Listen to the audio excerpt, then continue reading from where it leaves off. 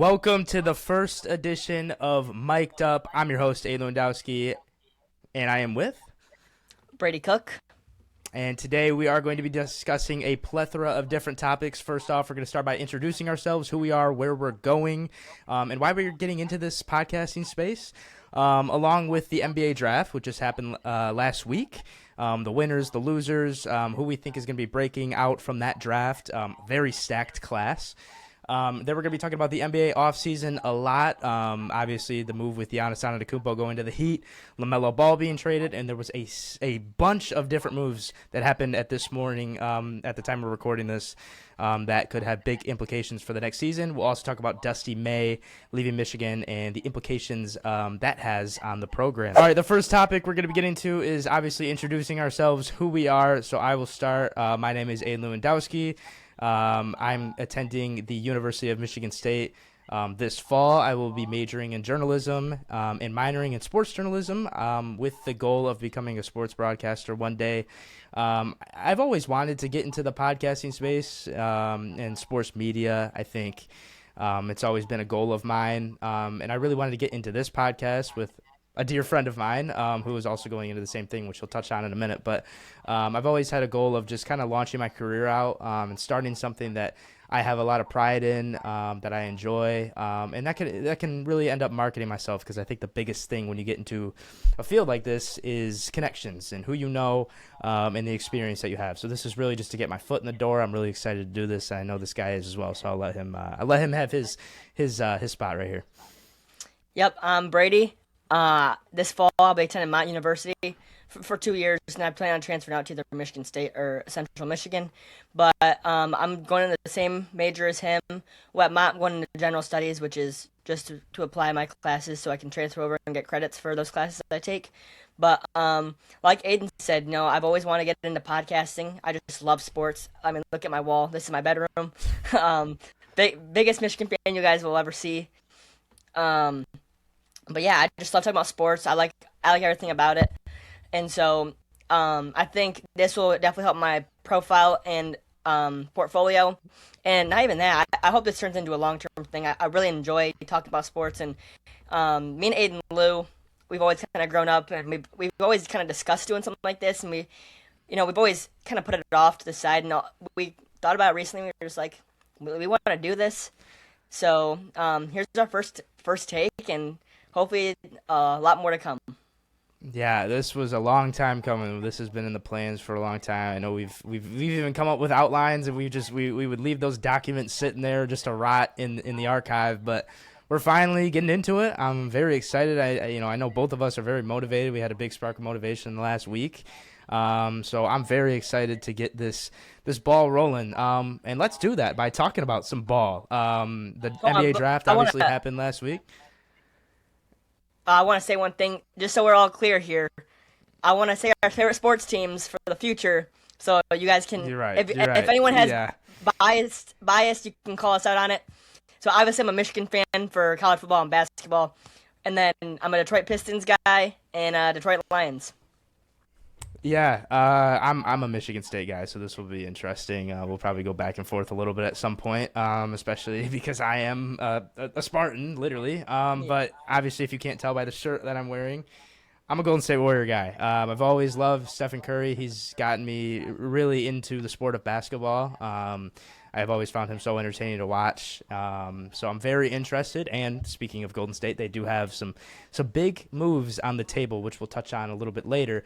But again, let's get the ball rolling. Let's start off with the NBA draft that obviously happened last week. The 2026 class has been regarded as one of the most stacked classes that we've really ever seen. There are several prospects that I believe and that many believe will be able to break out and become superstars, and maybe some faces of the league upcoming. So let's get into our biggest winners of the draft. I'll start with you because I've been talking a lot, but I'll start off with you. Who do you think is the biggest winner of the draft?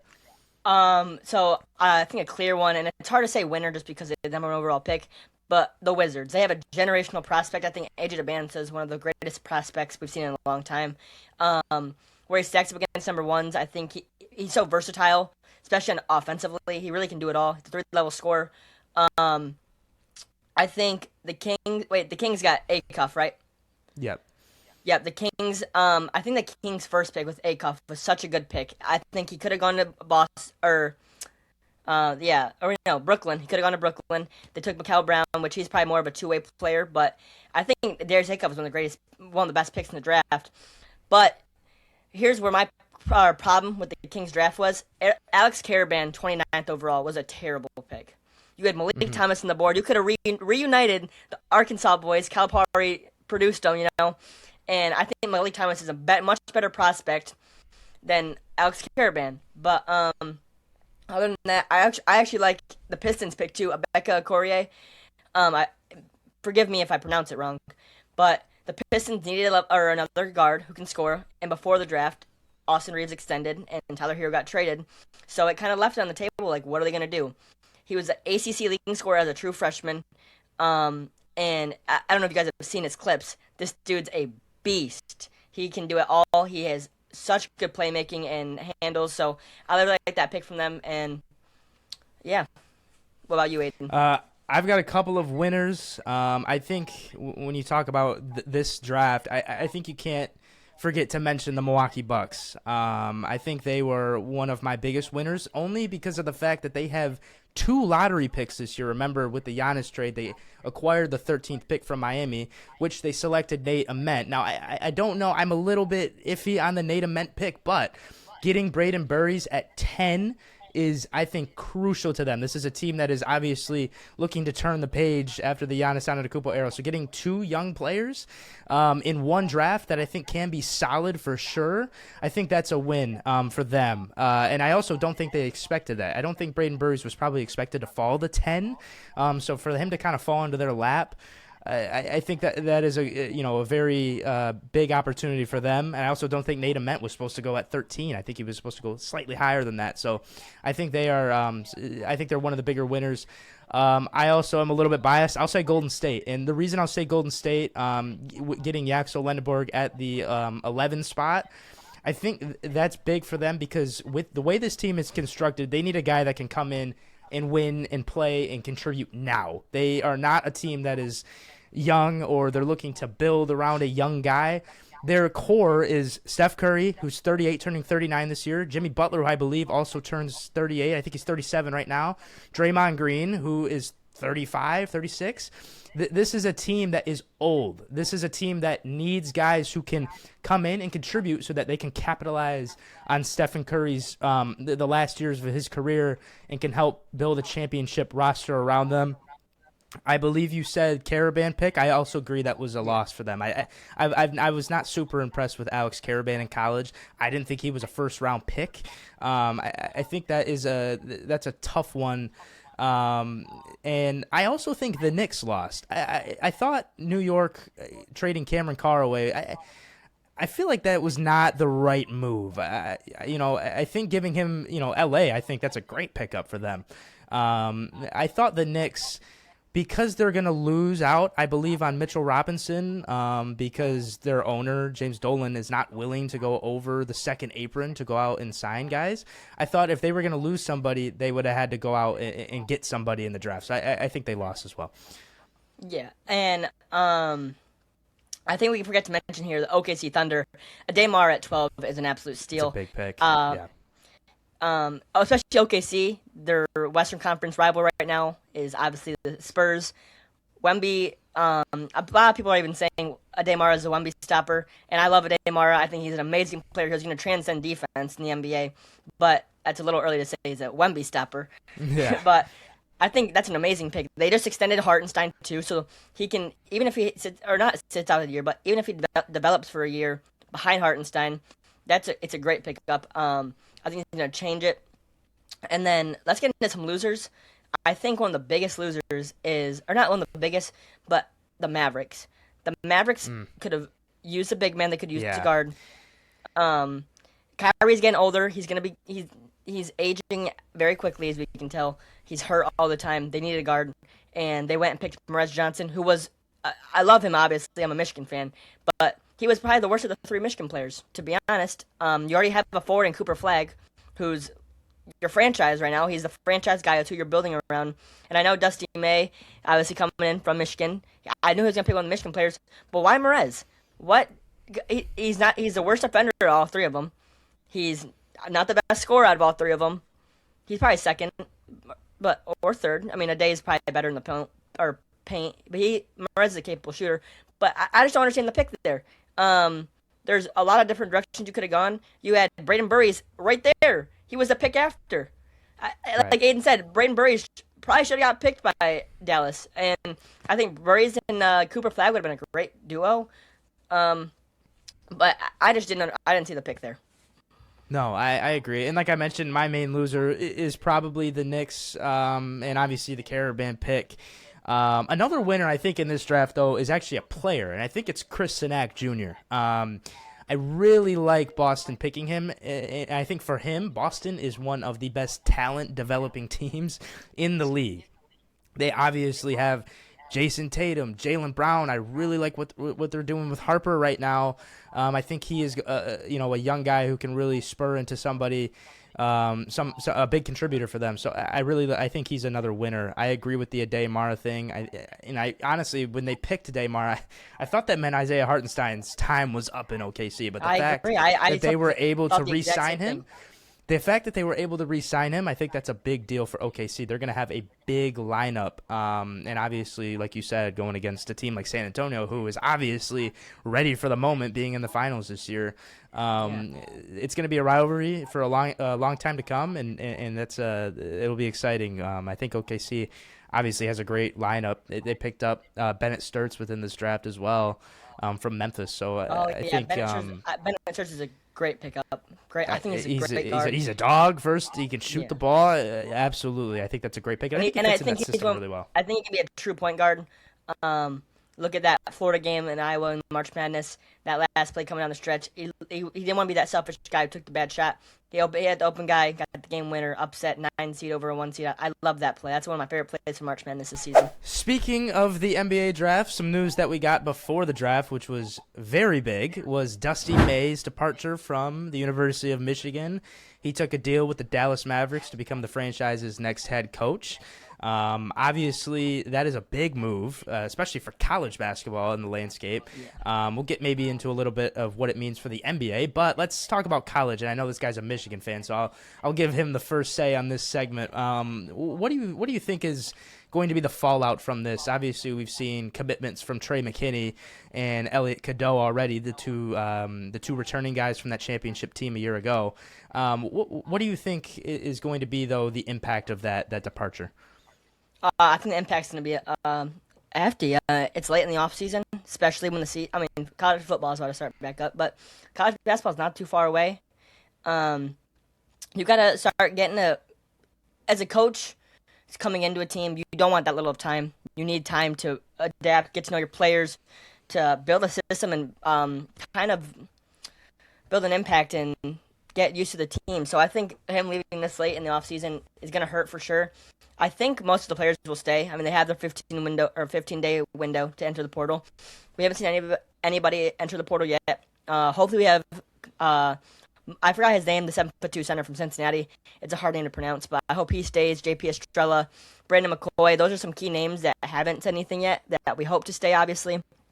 But I think our assistant coach, who they promoted to be intern for now, he's doing a great job. He's keeping the team together, which is what's most important as of right now. But I think the biggest thing is finding a coach who isn't like Todd Golden. I already talked to him. He wants to stay at Florida. It's hard to go get a coach this late in the offseason because all those coaches are building their programs. They're building their team right now, their roster, with the team that they want. So, and not even that, Michigan, and I think Dustin May was one of the best. I think he was the best talent developer in college. LJ Casey was a 3-star. Morez Johnson he played 17 minutes off the bench at Illinois. Ademar played 13 minutes off the bench at UCLA. Comes in, Ademar was Defensive Player of the Year in the Big Ten. Yax, and I'm not going to say too much on him. He was the best transfer there was, so yeah. I can't say too much about him. But he's a talent developer. Elliot Cadeau was pushed out of UNC. Elliot Cadeau comes in, wins most important player or MVP of the Final Four, which is crazy. Trey McKinney, he was a 5-star, don't get me wrong, but he played a huge impact. Like the strides you can see players take once joining Michigan's program with Dusty May at the helm was was ridiculous. It was crazy nice to see, and so I think the biggest thing for Michigan here, especially trying to replace Dusty May, is finding a coach who, first off, is about the team, and second, can recruit at the same level and develop at the same level as Dusty May.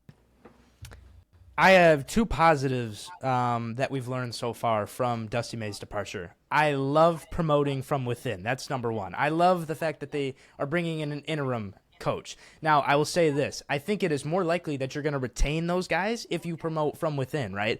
One of the biggest things is Dusty May is the head coach, and you go out and get another head coach. That's why guys ultimately leave, because they were under the assumption they would play for Dusty May. However, you are getting a guy within the program who has been there, who was likely one of the bigger recruiters of these same guys that they just brought in. So I love promoting from within. I think if you're trying to retain your roster.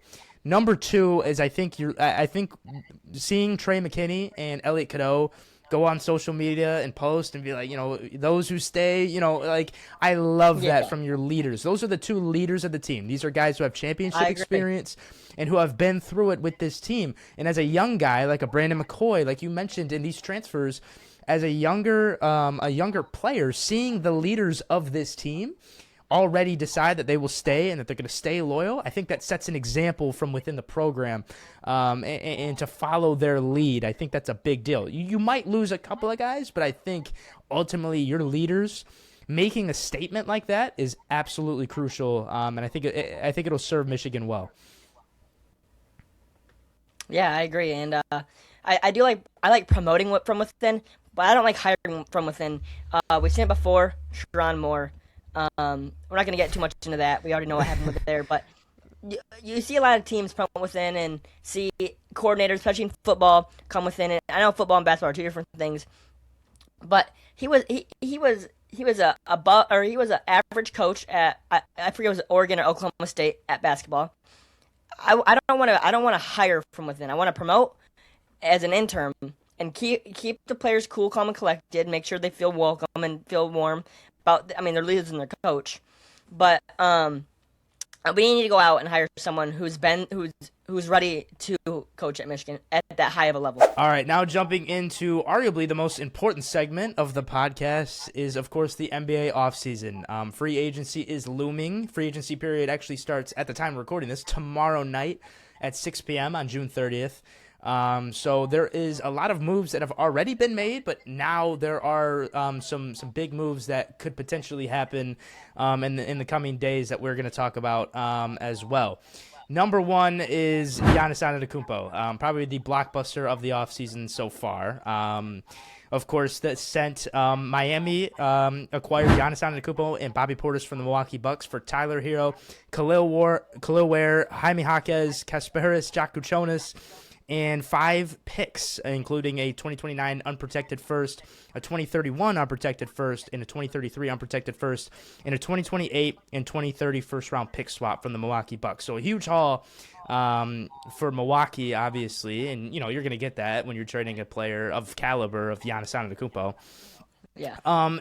First thing I want to say, what do you think this move does for both teams? And do you think Miami is a contender after acquiring Giannis?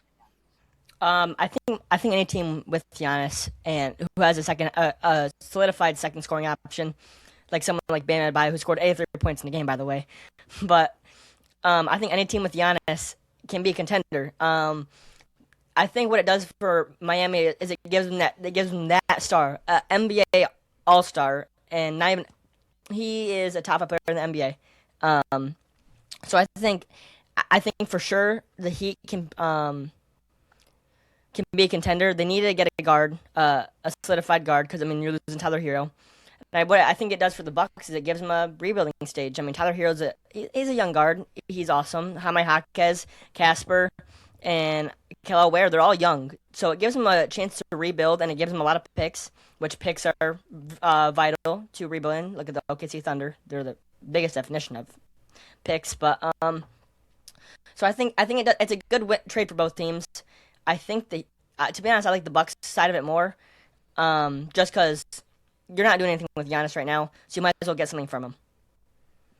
Yeah, I'm actually going to disagree. I do not think the Miami Heat are contenders right now. I think they are good enough to be a four, maybe 5 or 6 seed in the East. Although it is wide open in my opinion. I don't think they're contenders yet. I just don't think this team has the roster right now around Giannis. I think they're going to be great defensively. This is going to be an incredible defensive team with Bam and Giannis obviously leading the front court. But their backcourt is I think it's bad. I think it's very Yeah, weak. I think they have several holes. This is a team that does not have a lot of shooting. Their entire starting five is not 3-point specialists at all. You're looking at Davion Mitchell being the starting point guard. They just re-signed Andrew Wiggins. They're not going to be bringing back Norman Powell, in my opinion, especially after the career year he had, because it's just too much money. So you're going to lose Norman Powell, who was definitely your best, 3-point shooter for sure. It's going to be an incredible defensive team. You obviously gave up Jaime Jaquez. I don't know, where the scoring is going to come from off the bench. I honestly don't know who their bench is right now. You gave up Jaquez, you gave up Khalil Ware, you gave up Jakachonis off the bench. So I don't know who your bench is. And obviously they have the hole at the guard position. They'll be good because any team with Giannis has a chance, because that's just the type of superstar he is. But I don't know if they're contenders, even in a wide open Eastern Conference. I think they could be a 4 seed or a 5 seed, but they're not as good as the Knicks. They're not as good as Boston. It kind of depends on what they do with Jaylen Brown, which we'll get into in a minute. But I don't know how effective this team is in the Eastern Conference when you have teams like that. yeah, and I can agree with that 100%. I think their lack of bench and their lack of guard play will definitely play a factor. But I generally think Giannis is such a good player and so impactful on both sides of the ball that they can. Contenders a bit far, to be honest, but they could make an Eastern Conference Finals. I mean, the conference is wide open. 100%. Pistons, I mean, they're obviously a great team. They have great young core players, but they need playoff performers. Jalen Duren, he's an all-star. I think he was all-NBA third team. You got to perform in the playoffs. That's when it matters most. Nothing in that regular season matters once it's playoff time. Sarge Thompson and all that, but the Knicks, they look scary. They looked unbeatable this entire playoff. They're going to retain their whole team. Yeah, and I thought the West. And I thought for sure it was going to be Spurs or OKC going into the playoffs, winning the whole thing. But to be fair, the Thunder didn't have Jalen Williams, a healthy Jalen Williams. So, I mean, that plays a factor. But anyway, the East is wide open. So I really think that if Jalen Brown gets traded, let me clarify this, Right. the Heat will be a top 4 team in the Eastern Conference Finals. Or in the Eastern Conference, sorry, not Finals. Talking about Boston, let's get into that. I think Boston's really interesting because we learned the other day that they are still actively trying to trade Jaylen Brown. So that tells me one thing. Brad Stevens in the Celtic front office has looked at this team and said, we're not good. We're not good enough. We are not a championship team. Boston is a franchise that is concerned only about winning championships. That is why they have the most. So this team, they looked at it. They said, all right, Jason Tatum was out, but I don't think that was the reason we had a first-round exit. We're not good enough, and we're not talented enough. They swung for Giannis and missed. Now, I thought that was the wrong move for Miami. I think getting Jaylen Brown and I think 2 first-round picks was part of the deal. I thought that was a better offer, in my opinion. You're getting a guy who you can win now with, and you're getting first-round picks. This is what I'll say. Boston has to trade Jaylen Brown at this point. I think they have to. It's not, in my opinion, it was never the right move. But they have to. I think that relationship is fractured at this point. With how much urgency they have to move on from Jaylen Brown out of nowhere, this relationship is fractured. One, I think it's because of the year Jaylen Brown had.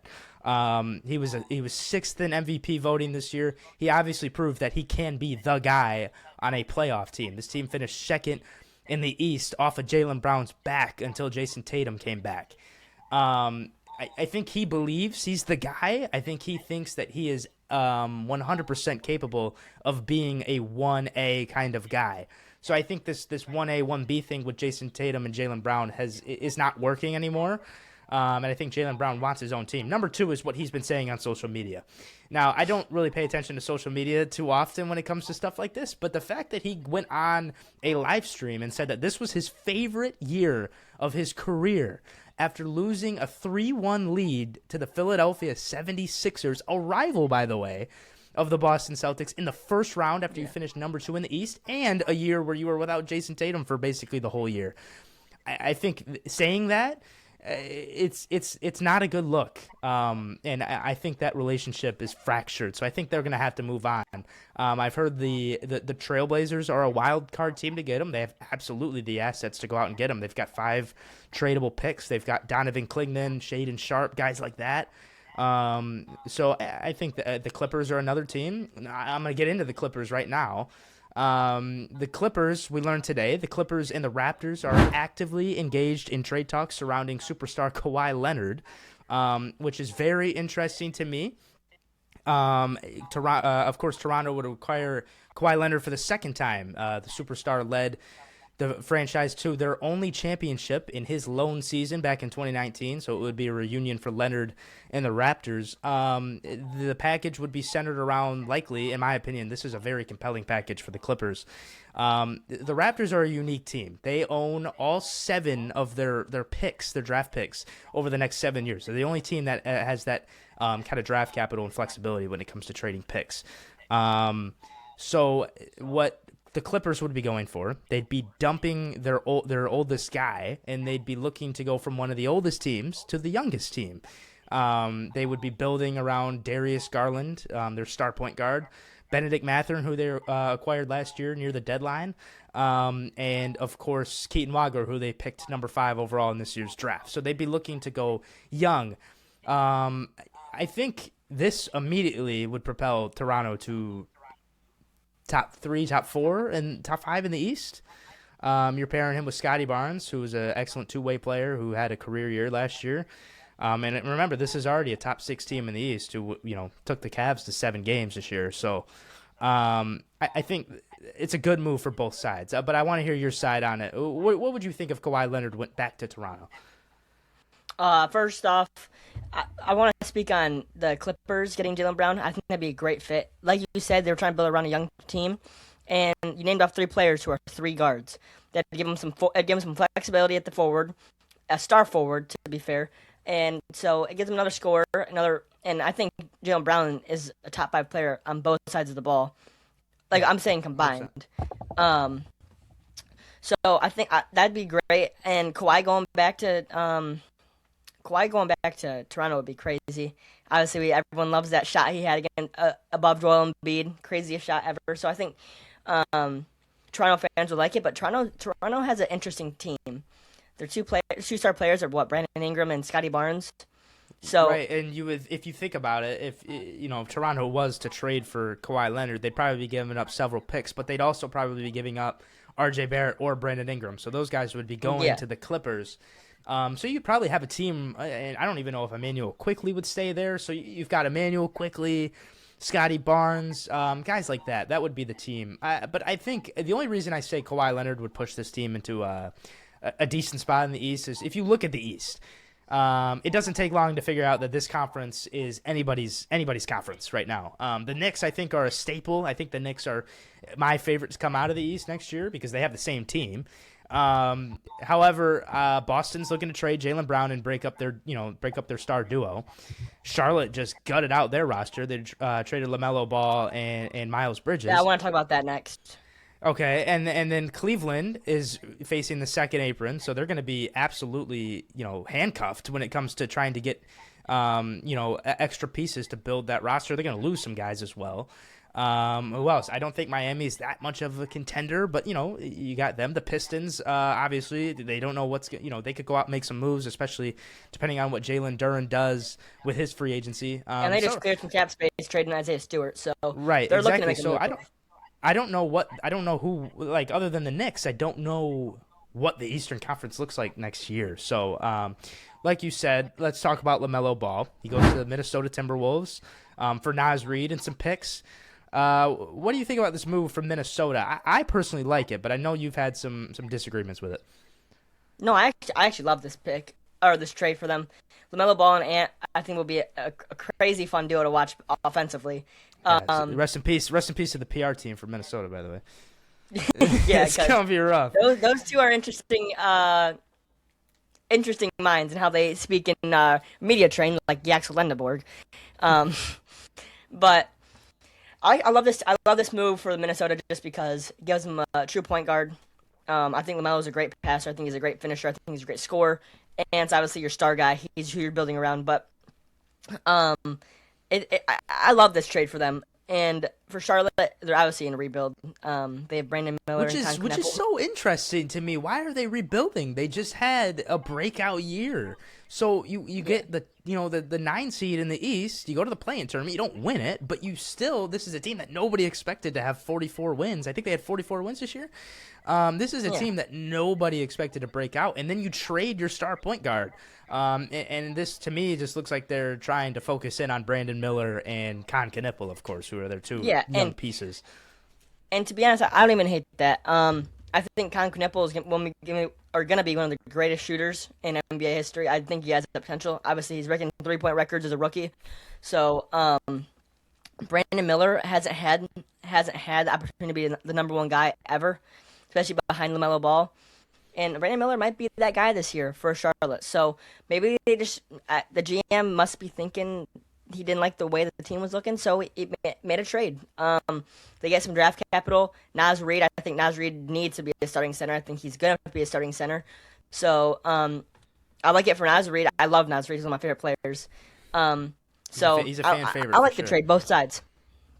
I think if I had to pick a loser for that trade, though, 100% Charlotte. Yeah, no, I agree. You know what? I think this is a change of direction for Minnesota. They realized that the pairing of Julius Randle and Anthony Edwards was not working. They've, had two Western Conference Finals exits, and of course this year losing in the second round to San Antonio. So but, I think no one's going to beat San Antonio right now. Right, but I do think that this is a move that, from the Minnesota front office. Like, again, like I said with Boston, we're not good enough. I like pairing a point guard with, Anthony Edwards, a true point guard. I think one of the better playmakers in the game.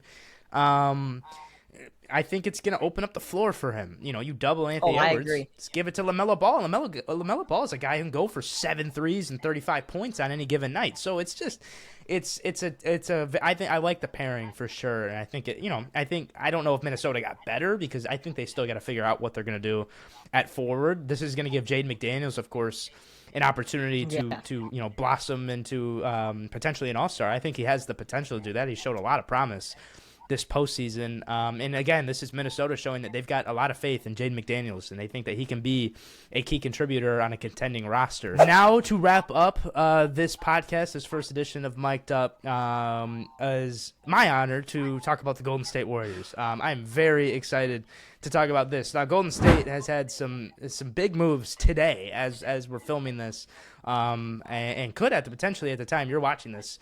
A lot of this could play out, but right now it's all speculation. What isn't speculation is the news we got this morning. Now, Draymond Green, Golden State's forward, had his deadline to opt in or opt out of his player option to return to the team next year. He opted out of his $27.7 million player option to come back, and he will become a free agent. Now, of course, that sounds like he's potentially looking for a new destination. In my opinion, that's not the case. I think, to me, this shows that he's willing to take a pay cut, which is absolutely huge for Golden State. That was one of the big dominoes to fall in their offseason plans. What this does, it opens up the $15.1 million mid-level exception for Golden State to go out and potentially sign a free agent.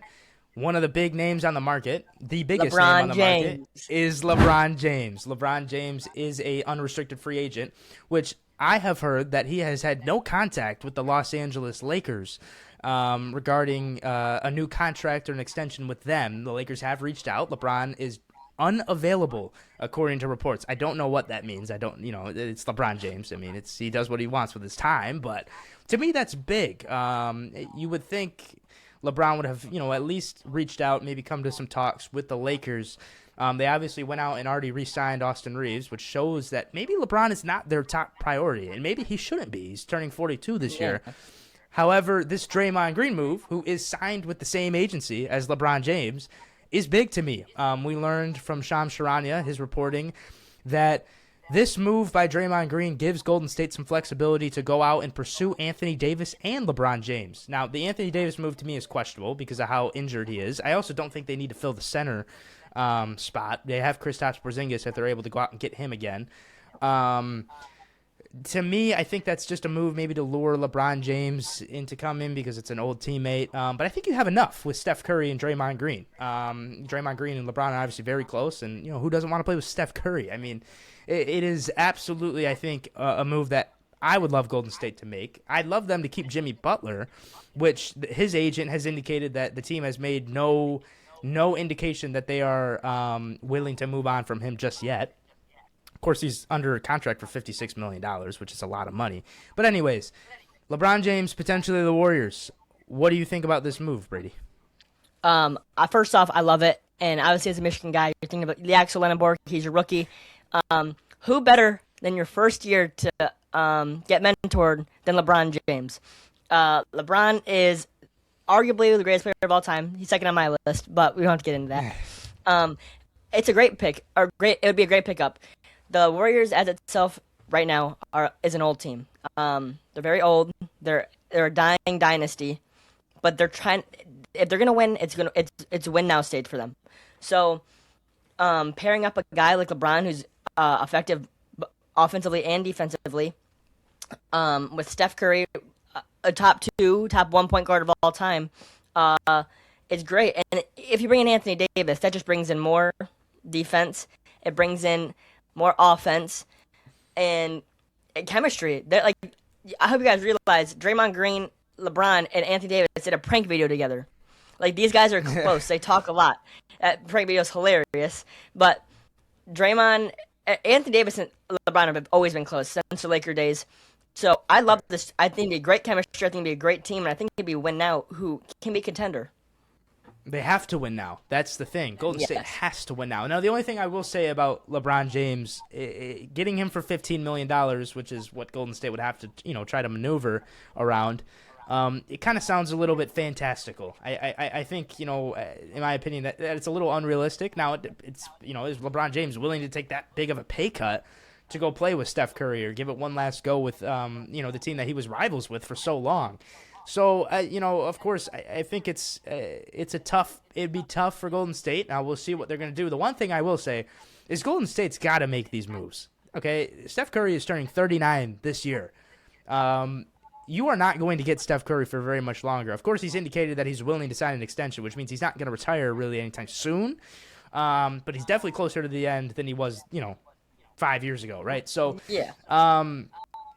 This is something where I think they have to go out and make a move. They have had so many names on the table.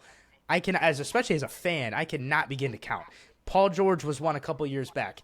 They were in the Giannis sweepstakes, not only at the deadline last year, but now, and they offered for 4 first-round picks, and that was still not enough for Giannis to come to the team. This is a team that Golden State really needs to make a move, and I love that they are going out here and they are saying we want LeBron James. They're not hiding it. There is no we want LeBron James and Anthony Davis. Whether that means Jimmy Butler's on the team or not, that's questionable. I don't agree with the Anthony Davis pairing. I think he is too injury prone. I don't think he's going to play enough. And again, I don't think you need to fill the center need. I think you have, if you can get a big four of Steph Curry, Draymond Green, Jimmy Butler, and LeBron James, that is a contending team. Even though they are old and they are all about to retire within the next couple of years, and you will have no future besides Axel Lenneborg and maybe Brandon Pajemski, which he's questionable. No, stop it. Yeah, but I really do think they need to go out and make this move if they're saying they got to do it, they have to do it. I agree. I agree that it's a good move, but we'll see. That's all speculation because we don't know. LeBron James was always expected to come back to the Lakers, but with Draymond Green opting out, I think that's a big deal, and it's something to be touched on. But I like Golden State. I would like Golden State to go out and make that move, especially not only as a fan but also a basketball fan. Get to watch Steph Curry and Yeah, LeBron James go at it on the court every single night. it'd be That would be cinematic. It'd be cinematic. exactly. It'd be something that all basketball fans have dreamed of. Well, that is going to wrap up this first edition of Mic'd Up. We hope you guys enjoyed, and we will be back soon. We should get some big offseason moves with free agency opening up tomorrow in just over 24 hours. So maybe LeBron James is a Warrior the next time we speak. Maybe he's not. We'll see. Maybe Ja Morant is traded, which we didn't even touch on. But definitely some big moves to come in the future, and hopefully we have a lot more to talk about on Mic'd Up. But I'd like to thank Brady for taking time out of his day to meet, and I'm excited to continue this. So I'm Aiden Lewandowski, Brady Cook. We are signing off. Thank you guys for listening.